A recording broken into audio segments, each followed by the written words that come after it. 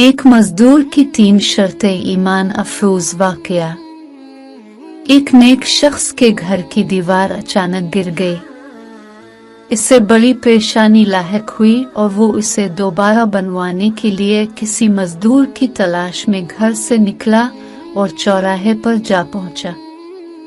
वहां उसने मुख्तलिफ मजदूरों को देखा जो काम के इंतजार में बैठे थे। उनमें एक नौजवान भी था जो सबसे अलग थलग खड़ा था। इसके एक हाथ में थैला और दूसरे हाथ में तीशा था। इस शख्स का कहना है कि मैंने इस नौजवान से पूछा, क्या तुम मजदूरी करोगे? नौजवान ने जवाब दिया, हाँ। मैंने कहा, गारे का काम करना होगा। नौजवान कहने लगा, ठीक है, लेकिन मेरी 3 शर्तें हैं। अगर तुम्हें मंजूर हूं तो मैं काम करने के लिए तैयार हूं। पहली शर्त यह है कि तुम मेरी मजदूरी पूरी अदा करोगे। दूसरी शर्त यह है कि मुझसे मेरी ताकत और सेहत के मुताबिक काम लोगे।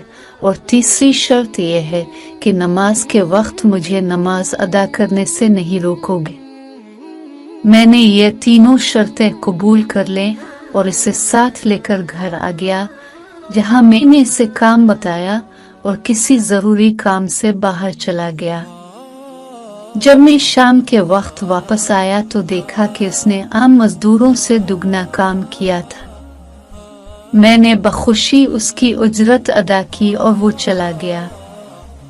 दूसरे दिन मैं इस नौजवान की तलाश में दोबारा इस चौराहे पर गया, लेकिन वो मुझे नजर नहीं आया।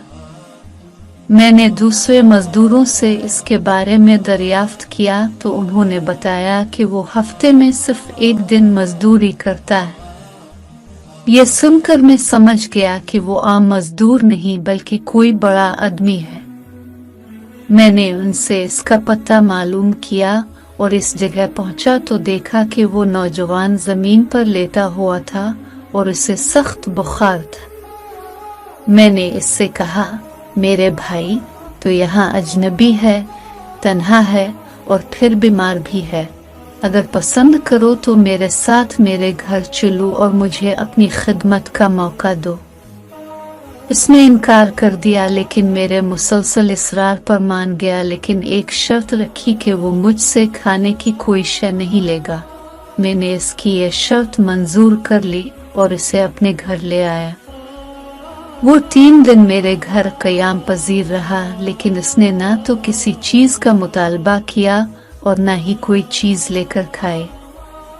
चौथे रोज इसके बुखार में शिद्दत आ गई तो उसने मुझे अपने पास बुलाया और कहने लगा, मेरे भाई, लगता है कि अब मेरा आखिरी वक्त करीब आ गया है, लिहाजा जब मैं मर जाऊं तो मेरी इस वसीयत पर अमल करना। जब मेरी रूह जिस्म से निकल जाए तो मेरे गिले में रस्सी डालना और घसीटते हुए बाहर ले जाना और अपने घर के इर्द गिर्द चक्कर लगवाना और ये सदा देना कि लोगों, देख लो, अपने रब ताला की नाफरमानी करने वालों का ये हश्र होता है। शायद इस तरह मेरा रब अज़्ज़ व जल मुझे मुआफ कर दे। जब तुम मुझे गुस्ल दे चुको तो मुझे उन्हीं कपड़ों में दफन कर देना। फिर बगदाद में खलीफा हारून रशीद के पास जाना और ये कुरान मजीद और अंगूठी उन्हें देना और मेरा ये पैगाम भी देना कि अल्लाह अज़्ज़ व जल से डरो। कहीं ऐसा ना हो कि गफलत और नशे की हालत में मौत आ जाए और बाद में पछताना पड़े, लेकिन फिर इससे कुछ हासिल ना होगा। वो नौजवान मुझे ये वसीयत करने के बाद इंतकाल कर गया। मैं उसकी मौत के बाद काफी देर तक आंसू बहाता रहा और गमज़दा रहा। फिर ना चाहते हुए भी मैंने इसकी वसीयत पूरी करने के लिए एक रस्सी ली और उसकी गर्दन में डालने का कष्ट किया तो कमरे के एक कोने से निदा आई कि इसके गिले में रस्सी मत डालना। क्या अल्लाह अज़्ज़ व जल के औलिया से ऐसा सलूक किया जाता है? ये आवाज सुनकर मेरे बदन पर कपकपी तारी हो गई। ये सुनने के बाद मैंने इसके पाँव को बोसा दिया और उसके कफन विदफन का इंतजाम करने चला गया। इसकी तदफीन से फारिग होने के बाद में उसका कुरान पाक और अंगूठी लेकर खलीफा के महल की जानिब रवाना हो गया।